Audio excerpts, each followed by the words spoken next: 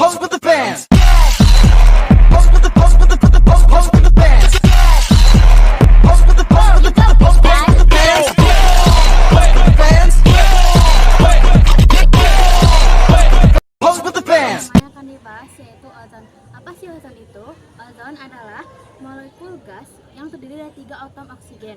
Gas ini terbentuk di atmosfer bumi, terutama di lapisan stratosfer. Terdapat 2 jenis ozon yang ada di atmosfer berdasarkan ketinggiannya. Ozon yang pertama adalah ozon stratosfer atau ozon baik. Ozon stratosfer yang berada pada ketinggian antara 10 hingga 30 km di atas permukaan bumi berperan sangat penting dalam melindungi kehidupan di bumi. Lapisan ozon ini menyerap sebagian besar radiasi ultraviolet atau UVB yang berbahaya dari matahari. Radiasi UVB dapat menyebabkan kanker kulit, kerusakan DNA, dan masalah kesehatan lainnya pada makhluk hidup jika mencapai permukaan bumi dalam jumlah besar. Ozon yang kedua yaitu ozon troposfer atau ozon buruk. Ozon yang terdapat di troposfer, lapisan atmosfer yang paling dekat dengan permukaan bumi, dikenal dengan ozon buruk. Ozon troposfer dapat polutan yang terdapat dari reaksi kimia antara nitrogen oksida dan senyawa organik volatil di bawah sinar matahari. Ozon di troposfer dapat menyebabkan gangguan kesehatan seperti iritasi mata, gangguan pernapasan, dan memperburuk penyakit paru-paru seperti asma. Selain itu, ozon ini juga berperan dalam pembentukan kabut asap. Bagus gitu. Bahasan yang kedua adalah lubang ozon. Lubang ozon adalah area di atmosfer stratosfer yang mengalami penipisan lapisan ozon. Fenomena ini pertama kali ditemukan di Antartika pada tahun 1980-an dan terutama disebabkan oleh klorofluorokarbon atau CFC serta halon dan bahan kimia lainnya yang mengandung klorin dan bromin. CFC biasanya digunakan dalam pendingin, aerosol, dan sebagai bahan pembuat busa plastik. Ketika CFC dilepaskan ke atmosfer, mereka naik ke stratosfer di mana mereka terurai oleh radiasi ultraviolet, melepaskan atom klorin yang kemudian menghancurkan molekul ozon. Akibatnya, lapisan ozon menjadi semakin tipis, terutama di daerah. Dampak dari penipisan ozon adalah peningkatan radiasi ultraviolet yang mencapai permukaan bumi, yang dapat meningkatkan risiko kanker kulit, katarak, dan melemahkan sistem kekebalan tubuh manusia.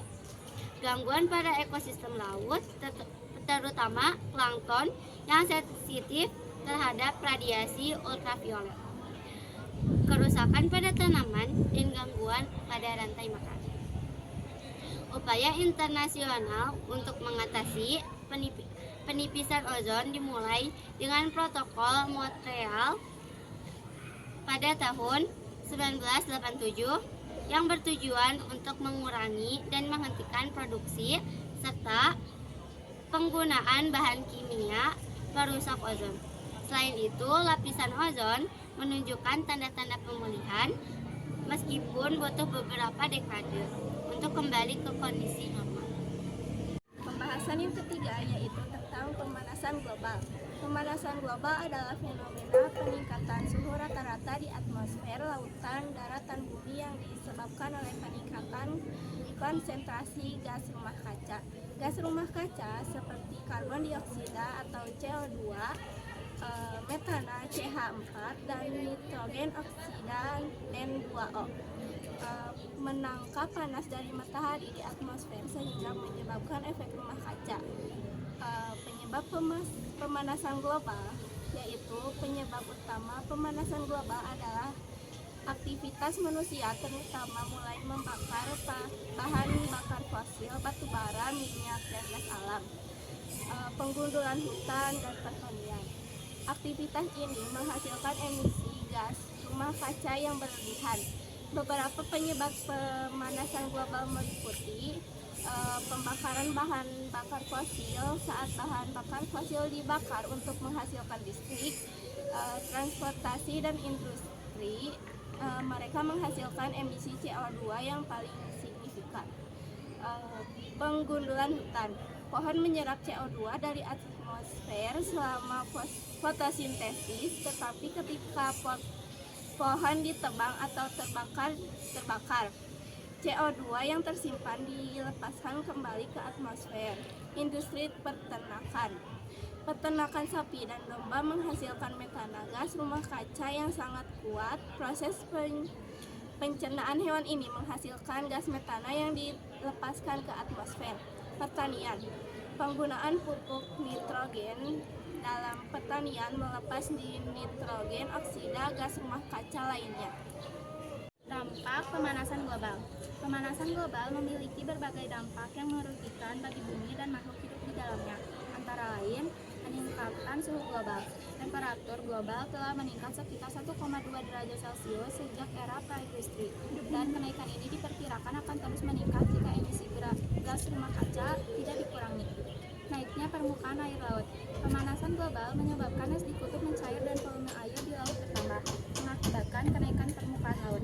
Ini mengancam wilayah pesisir dan pulau-pulau kecil yang rentan terhadap banjir dan erosi. Perubahan pola cuaca.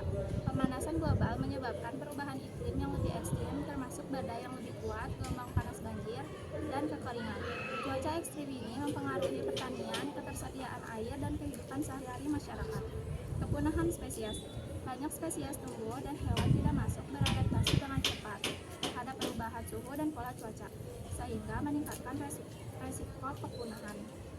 Gangguan pada ekosistem. Pemanasan global menyebabkan perubahan habitat, mengganggu rantai makanan, dan merusak ekosistem, termasuk terumbu karang yang memutih akibat peningkatan suhu laut. C. Solusi untuk mengatasi pemanasan global. Untuk mengatasi pemanasan global, berbagai langkah perlu diambil baik oleh individu, pemerintah, maupun perusahaan. Antara lain, mengurangi emisi gas rumah kaca. Salah satu cara utama adalah dengan mengurangi penggunaan bahan bakar fosil dan beralih ke sumber energi yang lebih ramah lingkungan, seperti energi matahari, angin, dan air. Efisiensi energi. Meningkatkan efisiensi energi dalam rumah tangga, industri, dan transportasi dapat mengurangi jumlah energi yang digunakan dalam emisi gas rumah kaca yang dihasilkan. Penghijauan. Menanam lebih banyak pohon dan menjaga hutan yang ada dapat membantu menyerap CO2 dari atmosfer. Transportasi ramah lingkungan.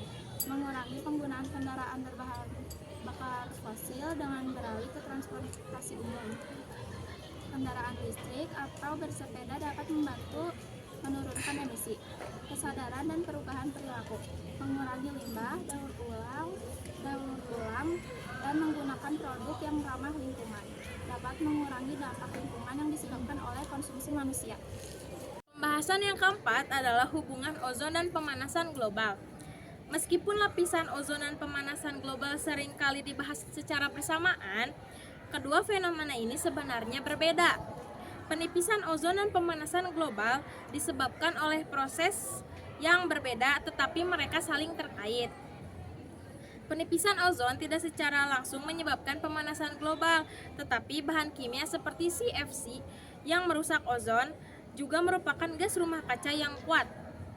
Dengan demikian, mengurangi penggunaan bahan kimia perusak ozon juga dapat membantu mengurangi efek rumah kaca dan memperlambat pemanasan global. Sebaliknya, pemanasan global dapat mempengaruhi lapisan ozon. Beberapa penelitian menunjukkan bahwa pemanasan global dapat mempengaruhi pola angin dan suhu di stratosfer, yang pada gilirannya dapat mempengaruhi proses pembentukan dan perusakan ozon. Pemanasan global dan penipisan ozon adalah dua tantangan lingkungan terbesar yang dihadapi dunia saat ini. Meskipun penyebabnya berbeda, keduanya berkontribusi pada perubahan yang membahayakan ekosistem manusia dan kehidupan bumi. Tindakan segera dan terkoordinasi dari semua pihak, termasuk negara-negara, individu, dan perusahaan, diperlukan untuk melindungi lingkungan dan mengurangi dampak negatif dari pemanasan global dan penipisan ozon. Sekian video yang dapat kami sampaikan.